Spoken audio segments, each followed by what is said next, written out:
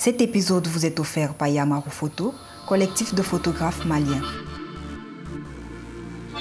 Bienvenue sur votre podcast dédié à l'art et à ses métiers, La Pause d'Art. Anecdotes, passion, parcours inspirant d'artistes d'ici pour le monde et ceux du monde pour ici. À suivre donc La Pause d'Art. Mais moi, toutes mes séries parlent de moi en tant que femme, parlent de ma mère, c'est une femme, de tout ce que je vois autour de moi, je parle de ça. Mais si les autres femmes se retrouvent dedans, tant mieux. Parfait. Tant mieux, ok. Je veux remonter encore, je veux remonter un peu plus loin. Parce qu'on a parlé un peu de ta formation et tout ça. Je voudrais savoir, Kani, est-ce que pendant tes années de formation, tu avais une figure de référence? C'est-à-dire, tu te dis, ok, je vais faire de la photo pour être comme telle femme, comme telle autre femme photographe. Est-ce que tu avais ça? Ça existait ça déjà? Non, en réalité, au début, j'avais pas ça. Au début, parce que pendant ma formation et tout, avec Seydou, c'est vrai, j'étais à côté de Alutba et j'avais peur quand même d'être vraiment avec des autres photographes. Je lui disais tout le temps, je ne veux pas me lancer dans ce milieu parce que j'ai des choses à apprendre. Mais quand j'ai terminé avec la formation, avant la formation de Seydou, j'avais réalisé des séries déjà.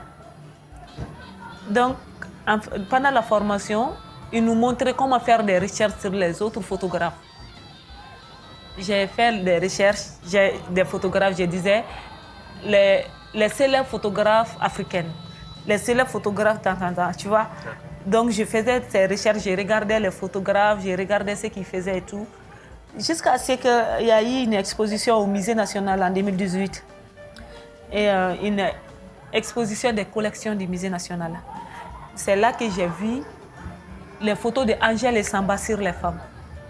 Ça C'est une photographe camerounaise qui vit en Suisse, je crois. Et oui, ouais. Elle vit maintenant à Amsterdam. J'ai pu repérer Angèle et Samba en 2018 dans les collections. Mais j'ai aimé ses travaux. Donc le lendemain, quand je suis partie au bureau, j'ai fait des recherches sur Angèle et tout. J'ai vu ce qu'elle faisait et tout, ce qu'elle fait comme photo. J'ai dit waouh. Elle, je l'adore. C'est mon icône. Là, Angèle et Samba, je l'adore. Et aujourd'hui, il y a beaucoup de femmes photographes aussi dont j'aime leurs travaux. Mais Angèle et Samba, elle, je la regarde, j'aime bien Angèle. D'accord. Je posais cette question aussi en rapport à un autre combat que tu mènes, qui pour moi est un combat vraiment très top, tu vois. C'est le travail que tu mènes dans le collectif Yamaru, qui est un collectif de photographes maliens initié par Seydou Camara, qui est de t'investir dans la formation aussi.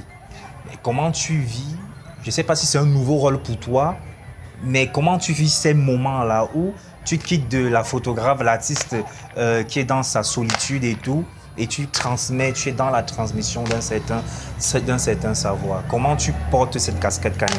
C'est une casquette très importante pour moi quand même, parce que je me dis, les formations que Yamaru fait au niveau quand même des écoles primaires et tout, c'est quelque chose, je dis, c'est un combat noble.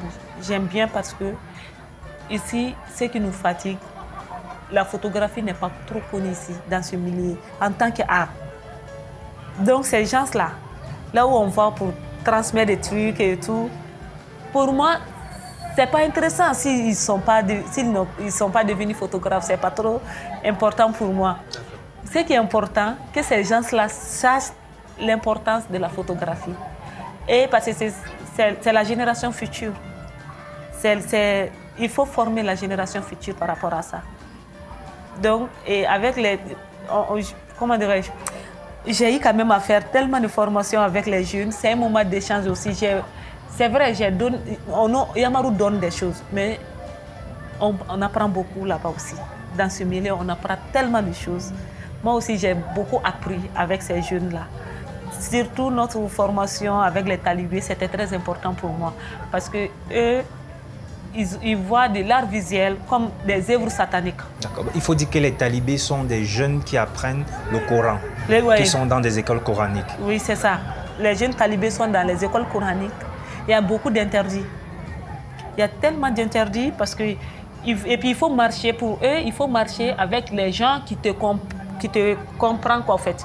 Avec les gens qui te comprennent, avec les gens qui acceptent ce que toi tu veux, ils vont. Pour eux, c'est comme ça. Ok. Si tu n'es pas dans la religion... Non, si tu es contre eux. Ok. Si tu n'es pas avec eux, tu es contre eux. Donc, le but de notre formation, ce n'est pas pour qu'eux, ils deviennent des photographes. C'était une partie de ça, oui. Mais aujourd'hui, pour qu'ils sachent aussi que si quelqu'un n'est pas d'accord avec toi, ce n'est pas parce qu'il est contre toi. Ça ne veut pas dire qu'il est contre toi. Non, non, non. Okay. Moi, je ne suis pas d'accord avec Yvon.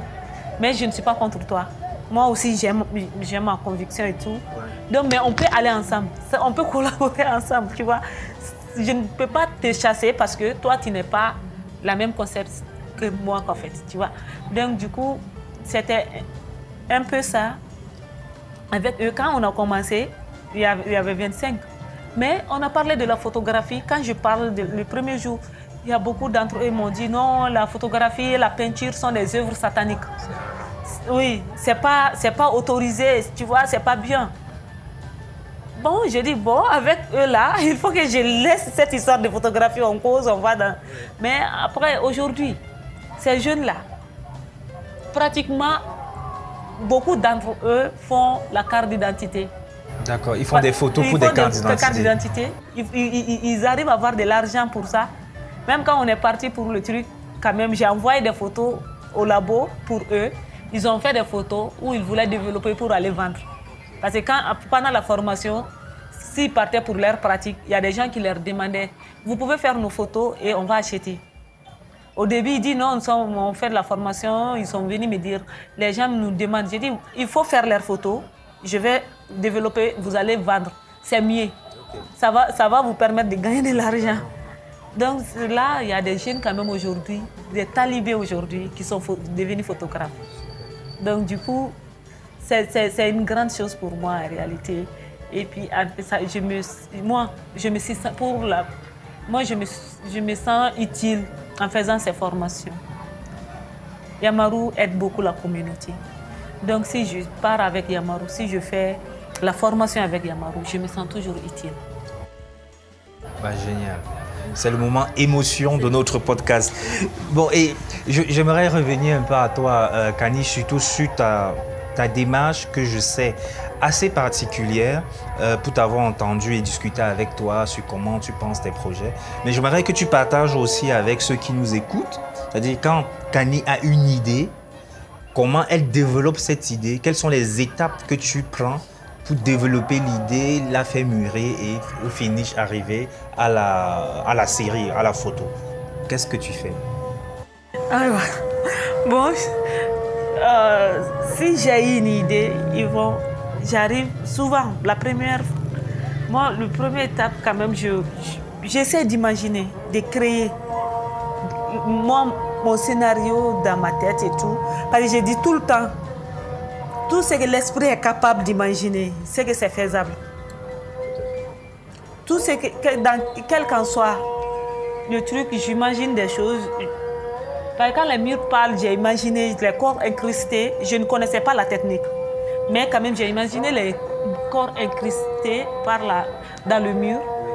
Et les accessoires qui ressortent, qui sont naturels, intacts, mais le corps, il est incrusté. Et il est mélangé par les designs des murs. J'ai dit, OK, ça c'est possible. Si j'ai pu imaginer ça, c'est possible. D'abord, il y a l'idée qui m'a poussé à imaginer ça. J'ai écrit cette idée. J'ai écrit, je ne fais pas trop de dire que moi je fais des recherches je vais chez Yvon pour demander son truc et tout. Non, moi je me base sur ce que moi je vis. Parce que je ne peux pas vraiment, ce que toi tu vis, je peux connaître ça. Mais je ne peux pas le ressentir comme toi tu le ressens. Mais ce que moi je vécu là, je peux ressentir ça. C'est ça qui est important pour moi. Déjà j'ai écrit ça. ce que j'ai imaginé, je vais essayer de trouver un moyen comment je vais développer. Parce que quand l'histoire de mur, j'ai dit, bon, j'ai un ami qui est fort en Photoshop et tout. Je pars, je lui explique mon histoire des trucs, de cette série et tout. Il dit, mais qu'est-ce que tu me racontes? Il dit que tu veux que ça... Je dis, oui, je sais que c'est possible. C'est ce que je veux. Je veux juste que tu me montres. Il dit, mais je ne sais pas de quoi tu parles, tu veux que je te montre. Je dis, ok, je vais t'expliquer. Je lui explique, je lui ai donné une photo. Et je lui ai donné aussi la photo des murs. J'ai dit, je veux que tu fasses comme ça et fasses comme ça, et tu vois, on verra. On a traîné, mais il a fini par le faire. J'ai dit, voilà, c'est tout ce que je veux. Maintenant, je vais connaître la technique. J'ai pris le temps et apprendre la technique pour le faire. Et je le fais. Et tu le fais et ensuite tu as... mais est-ce que sur sur le terrain, parce que quand même tu abordes des sujets très intimistes aussi dans tes travaux et ce n'est pas forcément toi qui poses. Tu arrives toujours à convaincre les gens à te suivre dans ton histoire à toi. Comment tu fais ça? Est-ce que tu discutes avec eux ou bien c'est ouais, viens juste tu es une amie? Comment ça se passe? Comment tu amènes tes sujets à travailler avec toi et à vraiment, parce que quand on voit même tes sujets, moi en tout cas, j'ai toujours eu le sentiment qu'ils sont concernés. C'est-à-dire c'est pas que des modèles, c'est pas juste des gens qui ont posé, c'est comme si voilà quoi. Ouais.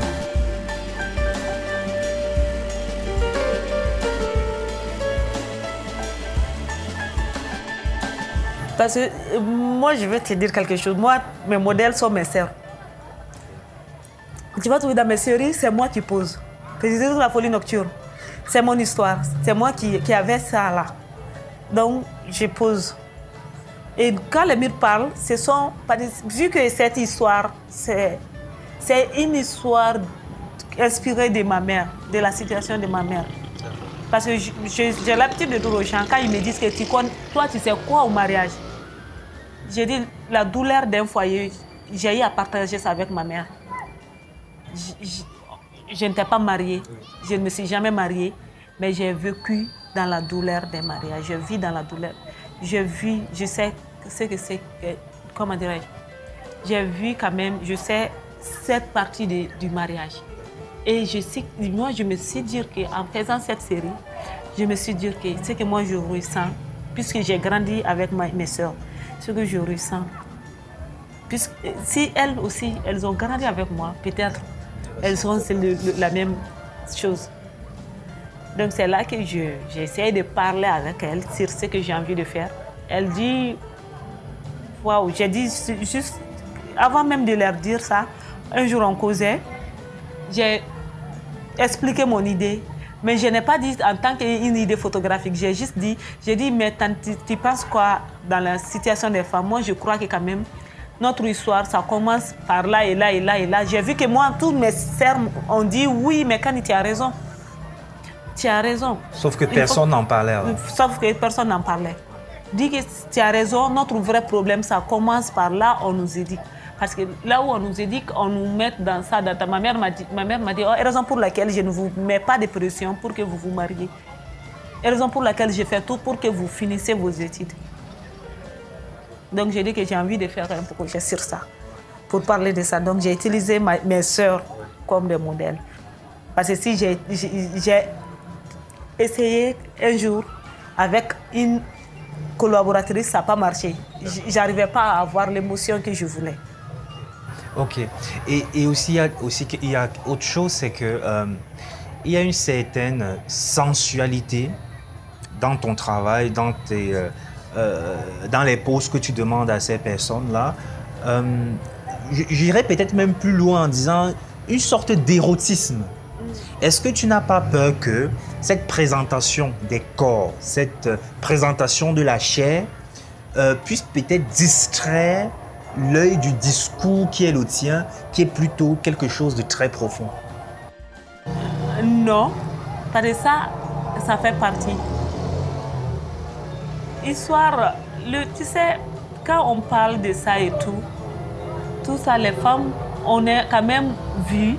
La société aussi nous inclut quand même indirectement dans notre éducation, qui nous montre que nous sommes un objet sexuel.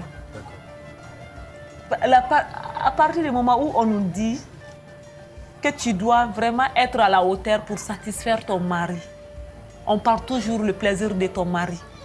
On ne parle jamais nos propres plaisirs. Non. On parle toujours le plaisir de nos partenaires. Parce qu'on a l'habitude d'attendre, depuis à bas âge, on a l'habitude d'attendre. Une femme qui arrive bien à satisfaire son mari aura des enfants quand même, des enfants bénis, tu vois, aura quand même des enfants qui seront des gens positionnés et tout. Mais on ne parle jamais de notre propre plaisir. Il y a des gens même qui disent qu'une fois ton mari dans la chambre et tout, tu ne dois pas t'habiller de façon quand même, comment dirais-je, tu dois être séduisante. Il y a des raisons pour lesquelles j'ai utilisé des petites pailles. Des petites pailles qu'on nous conseille de porter dans la chambre. Quand on appelle communément ici à Bambara les pédélous. Donc on conseille aux femmes de porter ça. C'est des trucs, c'est des petits pailles qui séduisent. C'est une manière de te dire à ton mari, je suis là pour toi. Quand tu auras besoin de moi, il n'y a pas de problème, je suis là. Mais on ne parle pas de notre propre plaisir. On parle du plaisir des hommes, des autres, tu vois, de nos partenaires, mais pas de nous. Et c'est vrai que je parle trop du sens de comment dire, mes travaux sont plus sensuels et tout. Parce que moi aussi, en tant que femme, c'est vrai, j'essaie toujours de montrer ma position dans mes travaux. Parce que je me dis, pour moi, le sexe, c'est des choses quand même qui ne sont pas aussi, comment dirais-je, qui ne sont pas aussi pures que ça qu'en fait. Parce que quand on nous parle du plaisir de nos partenaires, et on ne doit pas être exclu. Nous aussi, on a besoin de ça. Tu vois, c'est des choses quand même qui sont tellement... C'est un moment sacré pour moi. Moi, le moment de mon intimité, tu vois, que ce soit avec un homme et tout, c'est trop intime pour moi, c'est trop important pour moi. Et là, il faut le marquer, quoi. Il faut une raison pour laquelle je le marque toujours. Au fait, je suis une femme, quelle qu'en soit ma force et tout, c'est des choses qui font partie de la vie et qui font partie quand même, moi, de ma vie. Et je crois que c'est des choses qui sont tellement importantes pour moi. Donc, je peux pas être quand même là pour satisfaire seulement quelqu'un. C'est pas là pour ça. C'est quelque chose quand même qui me déstresse au fait. C'est un moment émouvant, tu vois. Donc, j'arrive pas à expliquer, mais c'est quelque chose quand même qui est dans ma vie et que j'ai envie d'exprimer. J'ai envie que les gens voient ça en moi. Je ne suis pas là quand même pour servir, tu vois. Je n'ai pas seulement un objet sexuel. Je suis un être humain comme mon mari.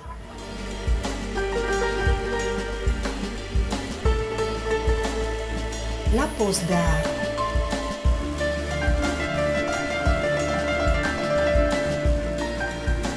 Il y a aussi quand même une série qui, je dirais, qui m'a un peu laissé sur ma faim. C'est les folies nocturnes. J'ai comme l'impression que tu n'as jamais terminé cette série-là. Ouais, du moins. Vrai. Et je trouve dommage. Parce que Kani, il y a une esthétique particulière dans cette série. Elle est beaucoup, comment je vais dire, elle est épurée. Vraiment, il n'y a pas trop de chichis. Il y en a très peu dans tes travaux. Mais cette série en particulier, moi, j'ai beaucoup ressenti ta présence dedans. Bon, peut-être parce que tu poses, mais tu es rentré vraiment dans ton intimité parce que tu ne poses pas dans un studio. C'est dans ta chambre que les photos ont été faites, du moins celles que j'ai vues. Est-ce que c'est encore la douleur qui t'a fait arrêter cette série ou tu t'es dit, bah écoute, je passe à autre chose, tant pis, basta? Oui, c'est pas la douleur. Au contraire, c'est la douleur qui m'a poussée à faire cette série. Parce que j'avais pas autre chose que la photographie. Je voulais parler.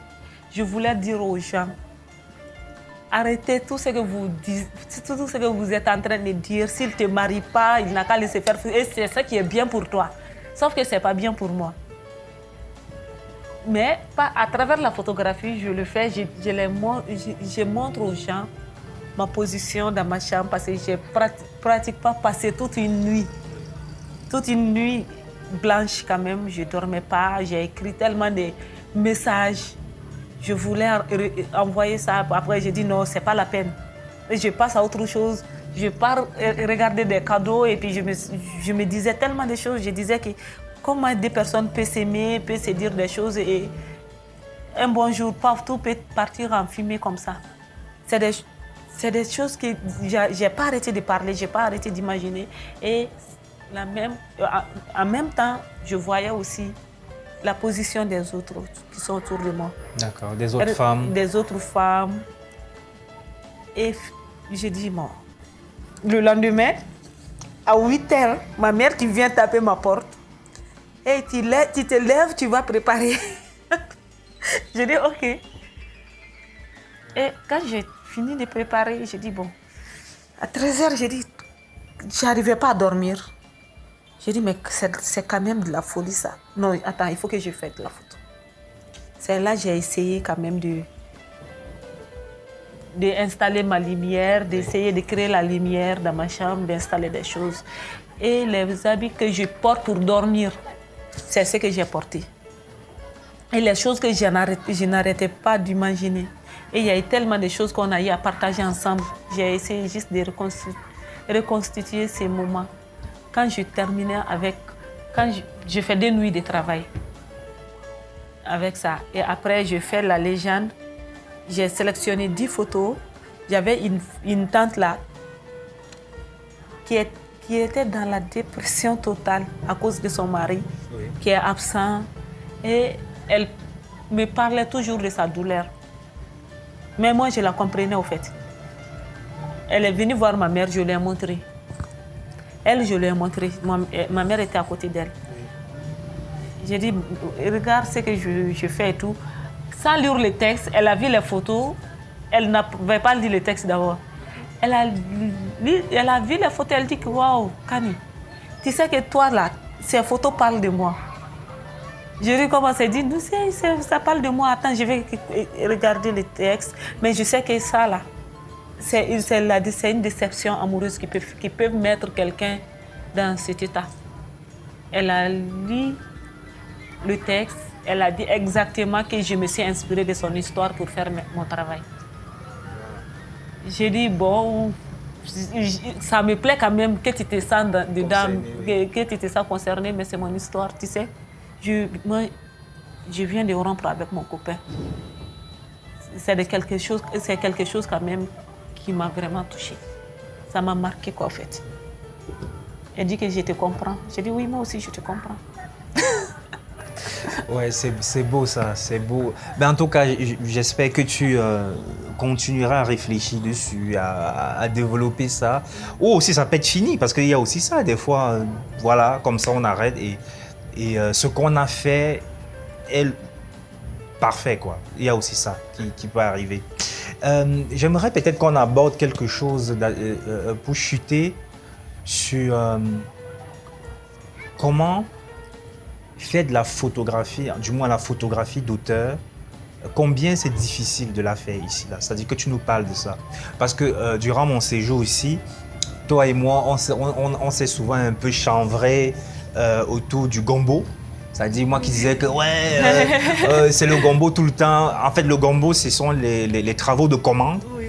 Et je rigolais souvent autour, dire ouais, vous êtes tout le temps dans le gombo et vous oubliez même de faire votre propre travail de création.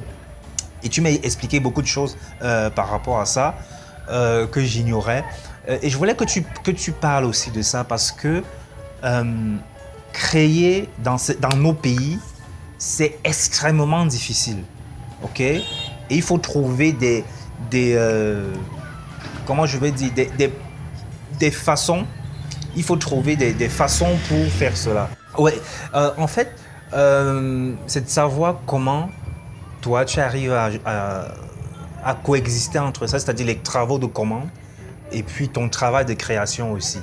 Ok, parce que c'est quand même vivre de son art n'est pas toujours évident dans nos pays.